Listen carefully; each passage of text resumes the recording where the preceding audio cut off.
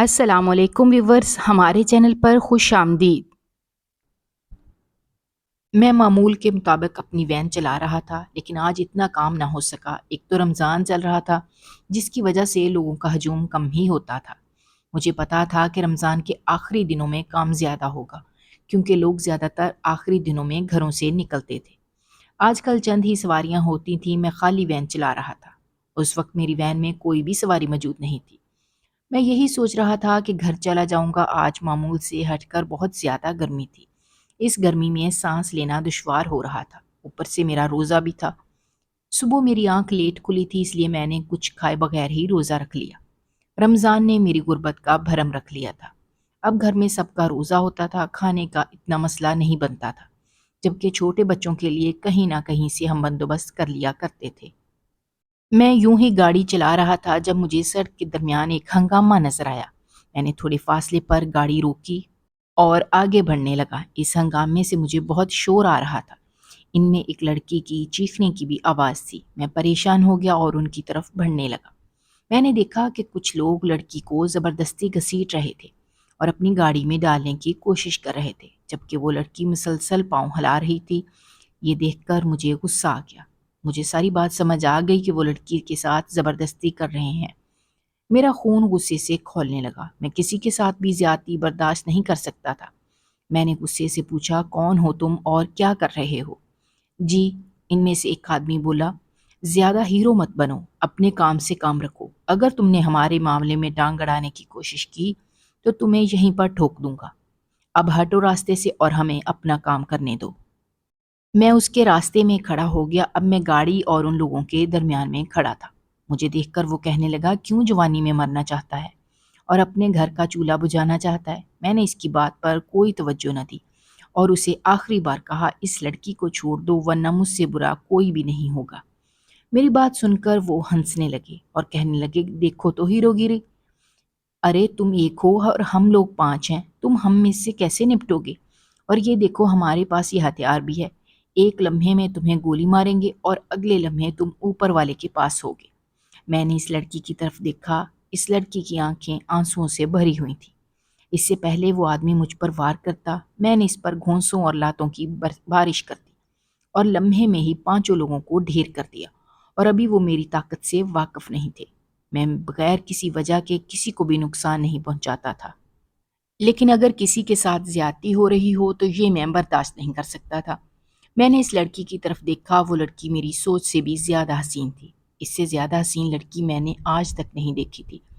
میں چند لمحے اسے دیکھتا رہا۔ مجھے لگ رہا تھا کہ اس کا چہرہ میرے دل میں گھر کر چکا ہے۔ میں نے زندگی میں کبھی بھی کسی عورت سے متاثر نہیں ہوا، لیکن اس لڑکی میں نہ جانے ایسا کیا تھا جو مجھے بار بار اپنی طرف کھینچ رہا تھا۔ اس نے میرا شکریہ ادا کیا۔ وہ ابھی بھی رو رہی تھی۔ میں نے اس سے پوچھا، تم کہاں سے ہو اور اس وقت یہاں پر کیا کر رہی تھی؟ اس نے مجھے بتایا کہ راستے میں اس کی گاڑی خراب ہو گئی تھی، یہی وجہ تھی کہ اس نے چلنا شروع کر دیا۔ مجھے یاد آیا، میں نے راستے میں ایک گاڑی کھڑی دیکھی تھی۔ میں نے اس سے کہا، میں آپ کو آپ کے گھر تک چھوڑ دیتا ہوں۔ میری اس بات پر اس نے شکریہ ادا کیا اور میرے ساتھ گاڑی میں بیٹھ گئی۔ وہ لڑکی کی آنکھوں سے مجھے دیکھ رہی تھی۔ میں اس کی اس حرکت کو نوٹ کر رہا تھا۔ تھوڑی دیر بعد اس کی آواز گاڑی میں گونجی۔ اس کی آواز بھی اس کی طرح بہت پیاری تھی۔ میں آپ کا یہ احسان کبھی نہیں بھولوں گی۔ وہ میرا شکریہ ادا کرنے لگی۔ حلیے سے وہ لڑکی کافی امیر لگ رہی تھی۔ میں نے اسے اس کے گھر کے سامنے چھوڑا۔ اس کا گھر بہت عالی شان تھا۔ میری یہ نکارہ وین اس کے سامنے کچھ بھی نہیں تھی۔ اچانک مجھے شرمندگی کا احساس ہونے لگا۔ پہلے مجھے یہ احساس کبھی نہ ہوا تھا۔ مجھے کسی چیز سے کبھی کوئی فرق نہیں پڑا تھا، لیکن آج نہ جانے کیوں میرے دل کی کیفیت عجیب سی تھی۔ میں خود اس کیفیت کو سمجھ نہیں پا رہا تھا۔ وہ مجھے رہ رہ کر خود پر غصہ آ رہا تھا۔ اس لڑکی نے مجھے کہا کہ آپ اندر آئیے۔ میں نے غصے سے کہا، نہیں، مجھے جانا ہے۔ راستے میں پچھتاتا رہا، نہ جانے میں نے اسے غصے میں کیوں بات کی۔ وہ اتنے آرام سے مجھے کہہ رہی تھی، تمیز نام کی کوئی بھی چیز ہوتی ہے، لیکن تمیز تو پاشا کو چھو کر ہی نہیں گزری تھی۔ میں گھر آ گیا۔ گھر میں میری سوچ سے بھی زیادہ گرمی تھی۔ کمرے تپے ہوئے تھے۔ حبس نے میرا سانس بند ہونے لگا۔ میں فوراً باہر آ گیا اور صحن میں لگے درخت کی چھاؤں میں بیٹھ گیا اور سوچنے لگا، میں نے اپنی زندگی کو کیا بنا دیا ہے۔ اس سے اچھی تو میری پہلے والی زندگی تھی۔ میری جان بے شک خطرے میں تھی، لیکن کم از کم مجھے ہر قسم کی سہولت تو دستیاب تھی۔ اب تو کھانے پینے کے بھی لالے پڑ گئے ہیں۔ مجھے شدید تھکاوٹ کا احساس ہو رہا تھا، نیند سے میری آنکھیں بند ہونے لگی اور میں وہیں پہ سو گیا۔ جب میری آنکھ کھلی، مغرب کی اذان ہو رہی تھی۔ کسی نے مجھے اٹھایا کیوں نہیں، میں غصے سے کہنے لگا۔ میرا روزہ مکروہ ہو گیا تھا۔ میری بہن کا تلخ لہجے میں بول اٹھی، اٹھا بھی لیتے تو کون سا تیر مار لیتے، وہی پانی پی کر ہی روزہ رکھنا تھا۔ اس کی بات میرے سینے میں تیر کی طرح لگی تھی۔ اس کی بات کا میں نے کوئی جواب نہیں دیا اور خاموشی سے پانی پی لیا۔ میں نے اس کی بات کا جواب بھی کیسے دیتا؟ میں اس کے سامنے گردن اٹھانے کے بھی قابل نہ تھا۔ میری وجہ سے اس کی زندگی خراب ہو گئی تھی اور مزید کسر میں اسے اپنے گھر میں فاقے دے کر پوری کروا رہا تھا۔ میں کس قسم کا بھائی تھا؟ مجھے اس کی حالت دیکھ کر رونا آتا۔ وہ اتنی پرسکون زندگی گزار رہی تھی، میں نے اس کے چہرے پر ہمیشہ خوشی دیکھی تھی، لیکن 1 سال سے لگتا تھا جیسے مسکراہٹ اس کے چہرے سے جدا ہو گئی ہو اور اداسی میں وہاں پر اپنا ڈیرا جما لیا ہو۔ وہ ہر وقت اداس رہتی اور گہری سوچ میں ڈوبی رہتی۔ میں خاموشی سے وہاں سے ہٹ گیا اور باہر نکل آیا، کیونکہ گھر میں کسی سے بھی بات کرنا نہیں چاہتا تھا، اور میں سوچنے لگا کہ میں ایسا کیا کروں کہ میرے گھر کے حالات دوبارہ سے بہتر ہو جائیں۔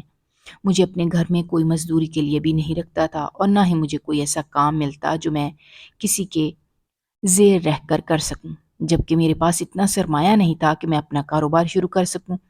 میرے پاس جو بھی پیسے جمع ہوتے وہ میں اپنی عیاشی میں اڑا دیے تھے۔ اب میں خالی ہاتھ رہ گیا تھا۔ کاش میں وہ سب نہ کرتا اور آج میرے ساتھ ایسا نہ ہوتا۔ میں سوچنے لگا، میرے گھر میں میری 2 بہنیں تھیں جن کی شادی ابھی تک نہیں ہوئی تھی۔ میری ماں ان کی فکر میں بوڑھی ہوتی جا رہی تھی۔ میرے پاس ان کے جہیز بنانے کے پیسے نہیں تھے۔ جہیز بنانا تو دور کی بات، میرے پاس ان کو کھلانے کے لیے بھی پیسے نہ تھے۔ میں شدید بے بس محسوس کر رہا تھا۔ آنسو خود بخود میری آنکھوں سے گرنے لگے۔ میں جو دوسروں کو رلاتا تھا، دوسروں کی زندگی کو اجیرن کرتا تھا، آج میں خود رو رہا تھا اور کتنا بے بس تھا۔ یہ سب میرے شارٹ کٹ کی وجہ سے ہو رہا تھا۔ شروع میں بہت آلسی تھا۔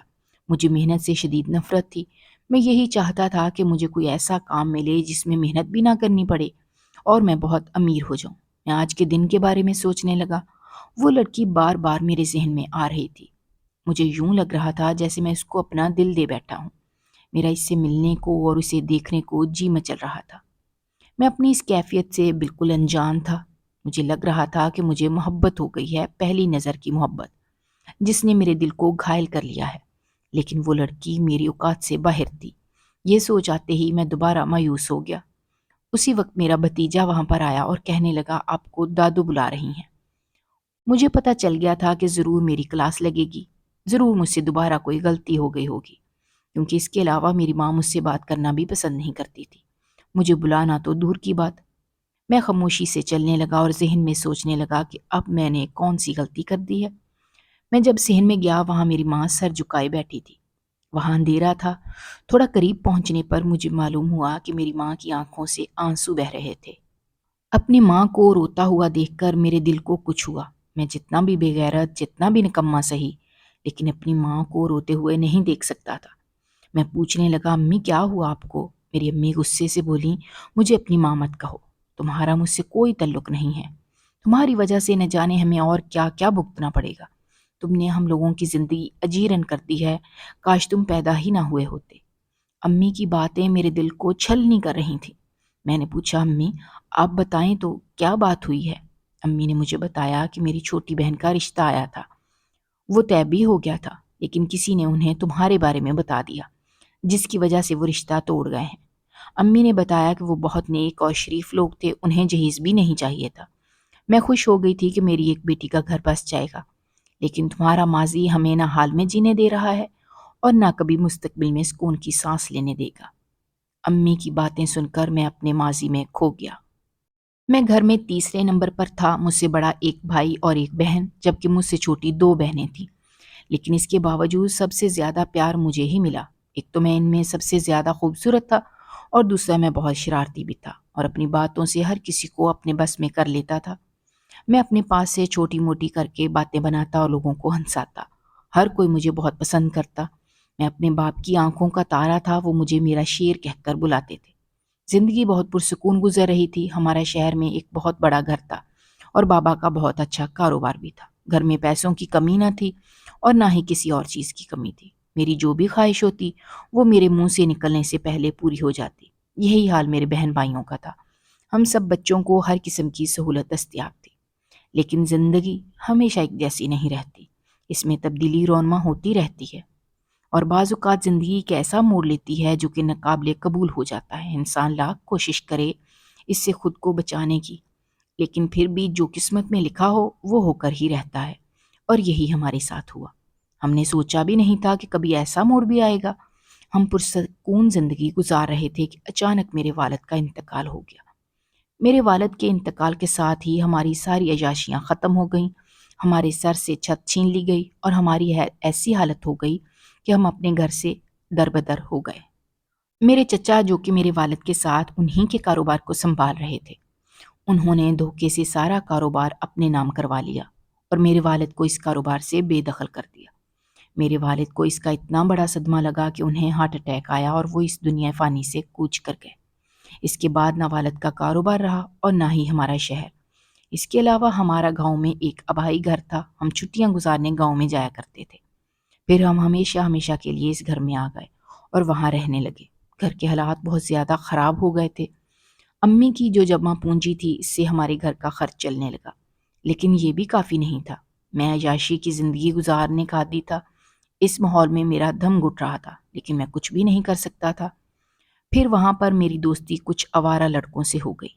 انہوں نے مجھے کہا اگر تم ہمارے ساتھ کام کرو گے تو تم کچھ ہی دنوں میں امیر ہو جاؤ گے، تمہاری زندگی پہلے جیسی ہو جائے گی۔ میں ان میں سب سے زیادہ تیز تھا اور برے کاموں میں میرا دماغ ویسے بھی تیز چلتا تھا۔ میں نے ان کا ساتھ دینے کا وعدہ کیا۔ میرا ضمیر بار بار ملامت کر رہا تھا کہ یہ ٹھیک نہیں ہے، لیکن میں نے اپنے ضمیر کو سلا دیا اور اپنے دماغ کی سننے لگا۔ مجھے بس پیسے چاہیے تھے، کسی بھی حال میں بہت سارے پیسے کمانا چاہتا تھا اور پہلے جیسی زندگی گزارنا چاہتا تھا۔ جب میں نے دیکھا کہ یہ حلال طریقے سے ممکن نہیں ہے، پھر میں نے حرام طریقہ آزما لیا، اور یہاں مجھ سے سب سے بڑی غلطی ہو گئی۔ میری یہی غلطی میرے کردار پر داغ بن کر سامنے آئی۔ میں ان کے ساتھ مل کر لوگوں کے گھروں میں چوریاں کرنے لگا اور بہت سارے پیسے گھر میں لانے لگا۔ میری ماں یہ دیکھ کر حیران ہوتی کہ میرے پاس اتنے پیسے کہاں سے آتے ہیں۔ میں نے انہیں بتایا کہ میں اپنے دوست کے ساتھ مل کر کاروبار کر رہا ہوں۔ کاروبار نے یکدم کامیابی کی بلندیوں کو چھو لیا ہے اور اسی وجہ سے کافی منافع ہو رہا ہے۔ میری ماں نے میری بات پر یقین کر لیا کیونکہ انہیں مجھ پر اندھا اعتماد تھا۔ وہ سوچ بھی نہیں سکتی تھیں کہ میں کبھی کسی غلط کام میں ملوث ہوں گا، لیکن اس کے باوجود انہوں نے 2-3 بار مجھے نصیحت کی کہ کبھی بھی کسی غلط کام میں نہیں پڑنا، کچھ بھی ہو جائے ہمیشہ حلال کا کھانا۔ لیکن میری آنکھوں پر تو پٹی بندھ گئی تھی۔ مجھے پیسوں کے علاوہ کچھ نظر ہی نہیں آ رہا تھا اور نہ ہی میں کچھ دیکھنا چاہتا تھا۔ لیکن زندگی ہمیشہ ایک جیسی نہیں رہتی۔ میرے زوال کا وقت بھی آ گیا۔ پھر ایک دن پولیس نے ہم لوگوں کو پکڑ لیا اور مجھے جیل لے کر چلی گئی۔ جب میرے گھر والوں کو اس بات کا علم ہوا، میری ماں کو اس بات پر یقین ہی نہیں آ رہا تھا۔ وہ سوچ بھی نہیں سکتی تھیں کہ ان کا بیٹا ایسا ہو سکتا ہے۔ وہ بار بار انکار کر رہی تھیں، لیکن جب انہوں نے اپنی آنکھوں سے مجھے جیل میں دیکھا، انہوں نے میرے چہرے پر تھپڑ مارا اور پھوٹ پھوٹ کر رونے لگی۔ اس وقت مجھے اپنی غلطی کا شدید احساس ہوا، لیکن بہت دیر ہو چکی تھی۔ ہمارے گینگ میں ایک لڑکا ایسا بھی تھا جس کا والد بہت بڑا آدمی تھا، لیکن وہ شغل میلے کے لیے یہ کام کر رہا تھا۔ اس کی وجہ سے ہم سب لوگوں کو رہائی مل گئی، لیکن میری بدنامی کی وجہ سے لوگوں کا میرے گھر والوں کے ساتھ بولنا کم ہو گیا۔ انہی دنوں میرے بھائی کے رشتے کی بات چل رہی تھی۔ میری اس حرکت کی وجہ سے میرے بھائی کا رشتہ بھی ٹوٹ گیا، لیکن بھائی اپنی محبت کو نہیں چھوڑ سکتے تھے۔ بعد میں انہوں نے بھاگ کر شادی کر لی۔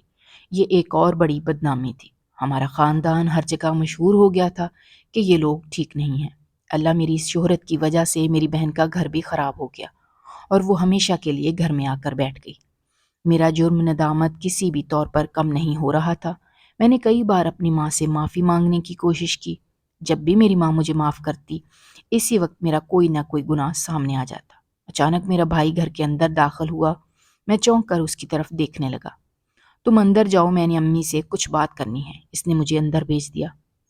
اگلے دن میں معمول کے مطابق وین لے کر باہر جانے لگا جب مجھے اپنی گاڑی میں ایک نئے وجود کا احساس ہوا۔ وہ لڑکی ہمارے علاقے کی نہیں لگ رہی تھی۔ اس لڑکی کی آنکھیں بہت زیادہ پیاری تھیں۔ مجھے لگ رہا تھا جیسے میں نے اس لڑکی کو پہلے بھی دیکھ رکھا ہو، لیکن مجھے یاد نہیں آ رہی تھی۔ میں بار بار اس لڑکی کی طرف متوجہ ہو رہا تھا۔ جب بھی شیشے میں دیکھتا وہ میری طرف ہی دیکھ رہی ہوتی۔ مجھے 2-3 بار شرمندگی ہوئی، لیکن پھر میں اس کی دلچسپی بھی محسوس کرنے لگا۔ لیکن میں اسے کوئی اشارہ نہیں دینا چاہتا تھا۔ میری شہرت پہلے ہی بہت خراب ہو چکی تھی۔ اب میں مزید کوئی بھی ایسی غلطی نہیں کر سکتا تھا جس کی وجہ سے میرے کردار پر کوئی بات آئے، کوئی میرے بارے میں غلط بات کر سکے۔ میں نے اپنے آپ کو سنبھالنا تھا۔ میں نے اس کے بعد ہر ممکن کوشش کی کہ اس لڑکی کو اگنور کروں، لیکن وہ لڑکی مسلسل میری طرف دیکھ رہی تھی۔ اس کی آنکھوں میں عجیب سا نشہ تھا جو مجھے اس کی طرف کھینچ رہا تھا، لیکن میں بار بار اپنے آپ کو باز رکھنے کی کوشش کر رہا تھا، اور میرے دل میں ایک بار آیا کہ یہ لڑکی نقاب اتارے۔ پھر میں نے اپنی اس خواہش پر لعنت بیچی اور دوبارہ گاڑی کی طرف متوجہ ہو گیا۔ اس لڑکی کی آنکھیں اس قدر حسین تھیں، پھر وہ لڑکی خود تو قیامت ہوگی۔ تمام سواریاں گاڑی سے اتر چکی تھیں، لیکن وہ ابھی تک گاڑی میں ہی سوار تھی۔ میں نے اس سے پوچھا کہ آپ نے کہاں جانا ہے، لیکن اس نے میری باتوں کا جواب نہ دیا۔ وہ مسلسل میرے چہرے کی طرف دیکھ رہی تھی۔ اب مجھے اس سے کفت ہونے لگی۔ میں نے دوبارہ اس سے یہی سوال پوچھا کہ آپ مجھے بتانا پسند کریں گی کہ آپ نے کہاں جانا ہے۔ اچانک وہ چونکی، یوں لگ رہا تھا جیسے وہ کسی گہری سوچ میں ڈوبی ہو۔ مجھے وہ کسی اور ہی دنیا میں لگ رہی تھی۔ میرے سوال پر اس نے مجھے بتایا وہ جگہ مزید 1 گھنٹہ آگے تھی۔ میں نے کہا میں وہاں تک گاڑی نہیں لے جا سکتا۔ اس نے کہا کہ آپ جتنا کرایہ مانگیں گے میں آپ کو دوں گی۔ میں نے اس کی بات مان لی کیونکہ مجھے صرف کرائے سے ہی مطلب تھا۔ گھر میں پہلے ہی فاقوں کی نوبت آ گئی تھی اور مجھے پیسوں کی شدید ضرورت تھی۔ میں نے گاڑی دوبارہ سٹارٹ کر دی، لیکن اب بھی اس کا یہی حال تھا۔ وہ مسلسل مجھے گھورے جا رہی تھی۔ گاڑی میں وہ میرے ساتھ اکیلی تھی۔ مجھے خوف بھی آنے لگا تھا۔ میری قسمت اچھی تھی کہ راستے میں مجھے مزید لوگ مل گئے جنہوں نے اسی جگہ پر جانا تھا جہاں پر اس لڑکی نے مجھے بتایا تھا۔ آج میرا دن اچھا تھا، کرایہ کافی اکٹھا ہو گیا تھا۔ جب میں اس کے بتائے ہوئے مقام پر پہنچ گیا، وہاں پر باقی لوگ اتر گئے، لیکن وہ ابھی بھی گاڑی میں بیٹھی ہوئی تھی۔ اترنے سے پہلے اس نے مجھے کافی زیادہ پیسے دیے اور ساتھ ایک پرچی بھی میرے ہاتھ میں تھمائی۔ میں نے مجبوراً وہ پرچی لے لی کیونکہ وہ پیسوں کے ساتھ ہی تھی۔ پرچی تھما کر وہ فوراً گاڑی سے اتری اور نہ جانے کہاں پر گم ہو گئی۔ میں نے گاڑی کے شیشے میں اسے دیکھا، لیکن وہ مجھے دکھائی نہ دی۔ عجیب پاگل عورت تھی۔ میں نے اپنا ذہن جھٹکا اور گھر واپس آ گیا۔ میں نے وہ تمام پیسے اپنی ماں کو تھمائے۔ میری ماں وہ پیسے لے کر خوش ہو گئی۔ اس دن ہمارے گھر میں کھانا بنا تھا۔ گھر میں سبھی بہت خوش تھے۔ پہلے ہر کوئی ایک دوسرے کو کاٹ کھانے کو دوڑتا تھا، جبکہ میں بیٹھا اس لڑکی کے بارے میں سوچ رہا تھا۔ باقی سب کھانا کھا رہے تھے۔ میں نہیں جانتا تھا کہ میری ماں کب سے مجھے آوازیں دے رہی ہے۔ اچانک میں چونکا اور اپنی ماں کی طرف دیکھنے لگا۔ میری ماں مجھے کب سے پکار رہی تھی۔ انہوں نے کہا خیریت تو ہے؟ کون سی سوچ میں گم ہو؟ میں جو اس لڑکی کے بارے میں سوچ رہا تھا فوراً سیدھا ہو کر بیٹھا اور کہا ہاں سب ٹھیک ہے، اور اپنے کمرے میں چلا گیا۔ اچانک میرے ذہن میں خیال آیا اس نے مجھے ایک پرچی دی تھی۔ میں نے وہ کھول کر جیسے ہی دیکھا، وہاں تحریر پڑھ کر میں سوچ میں پڑ گیا۔ کس قدر پاگل عورت ہے۔ وہاں پر لکھا ہوا تھا کہ مجھ سے شادی کر لو، میں تمہیں اتنے پیسے دوں گی، تم اپنا بزنس سٹارٹ کر دو گے اور یہ چھوٹا سا بزنس چھوڑ دو گے۔ ایسا بھی ممکن ہے کہ بلا شبہ وہ حسین تھی اور اس نے مجھے کافی پیسے دیے تھے۔ وہ پیسے میری سوچ سے بڑھ کر تھے، لیکن اتنا بھی نہیں تھا۔ میں نے یہی سوچا کہ شاید وہ لڑکی میرے ساتھ مذاق کر رہی ہو اور سونے کے لیے لیٹ گیا، لیکن اس کی آنکھیں بار بار میری آنکھوں کے سامنے گھوم رہی تھی اور میرے سونے میں رکاوٹ بن رہی تھی۔ میں نے اپنے ذہن کو ہر قسم کی سوچ سے آزاد کرنا چاہا، لیکن یہ میرے لیے ممکن نہیں ہو رہا تھا۔ نہ جانے رات کے کس وقت مجھے نیند آئی۔ جب میں صبح اٹھا کافی لیٹ ہو گیا تھا، یعنی آج میرا نمبر لیٹ آنا تھا۔ یہ سوچ کر ہی میں بیزار ہو گیا کیونکہ لیٹ زیادہ دھوپ نکل آتی تھی اور کم سواریاں ملتی تھیں۔ میرے ذہن میں اچانک سے اسی حسینہ کا خیال آیا۔ میں نے دل میں دعا کی آج وہ مجھے پھر ملے۔ اپنی دعا پر میں خود حیران ہو گیا، شاید اس وقت قبولیت کا وقت تھا۔ جیسے ہی میں نے گاڑی سٹارٹ کی، وہ حسینہ بھاگتی ہوئی آئی اور میری گاڑی میں بیٹھ گئی۔ اس کی اس تیز رفتاری پر مجھے خود ہنسی آ گئی تھی۔ اس کے بعد اس نے اپنا شغل دوبارہ شروع کر دیا۔ وہ دوبارہ مجھے اسی طرح گھورنے لگی، لیکن میں اس کی طرف دھیان نہیں دے رہا تھا۔ آخر انسان کا کردار بھی ہوتا ہے، عزت نام کی بھی کوئی چیز ہوتی ہے۔ مجھے پتا تھا کہ اگر میں نے ذرا بھی غلطی کی تو میرے کردار پر دوبارہ بات آ جائے گی۔ میرا کردار پہلے ہی داغدار تھا، اسے مزید داغدار کرنا نہیں چاہتا تھا۔ اسی وجہ سے میں نے اس کی طرف کوئی بھی توجہ نہ دی۔ اس نے کال کی اس نے کل کی طرح مجھے اسی جگہ پر اتارنے کا کہا اور اترتے ہوئے مجھے کافی پیسے دے کر گئی۔ اس کے ساتھ وہ مجھے دوبارہ وہیں پرچی دے کر گئی جس میں وہی بات لکھی ہوئی تھی، لیکن اس کے ساتھ ساتھ وہ جواب بھی مانگ رہی تھی۔ میں نے کہا اسے صاف صاف بات کروں گا اور اسے کہوں گا کہ جیسا تم سمجھ رہی ہو ویسا نہیں ہے، کیونکہ مجھے پتا تھا کہ اس لڑکی کے خاندان والوں کو جب میرے بارے میں پتا چلے گا تو وہ پہلی فرصت میں یہ رشتہ توڑیں گے۔ میں کسی کے جذبات کے ساتھ نہیں کھیلنا چاہتا تھا اور نہ ہی کسی کو جھوٹی تسلی دینا چاہتا تھا۔ اسی وجہ سے میں نے اسے صاف صاف بات کرنا چاہتا تھا، لیکن وہ لڑکی مجھے بات کرنے کا موقع ہی نہیں دے رہی تھی۔ میری بات کرنے سے پہلے ہی وہ گاڑی سے اتر جاتی اور گاڑی سے نکل کر ایسے بھاگتی جیسے اس نے کوئی بھوت دیکھ لیا ہو۔ اس لڑکی کی وجہ سے میرے گھر کے حالات ٹھیک ہوتے جا رہے تھے۔ اس کی وجہ سے مجھے ایک یہ فائدہ ہوا تھا، اب تو یہ روز کا معمول بن گیا تھا۔ ہر روز وہ نقاب پوش آتی اور مجھے وہ پرچی دے کر چلی جاتی، لیکن اب تک میں نے اس کی پرچی کا کوئی بھی جواب نہیں دیا تھا۔ اب تو میں نے اس کی پرچی کو پڑھے بغیر ہی پھینکنا شروع کر دیا تھا۔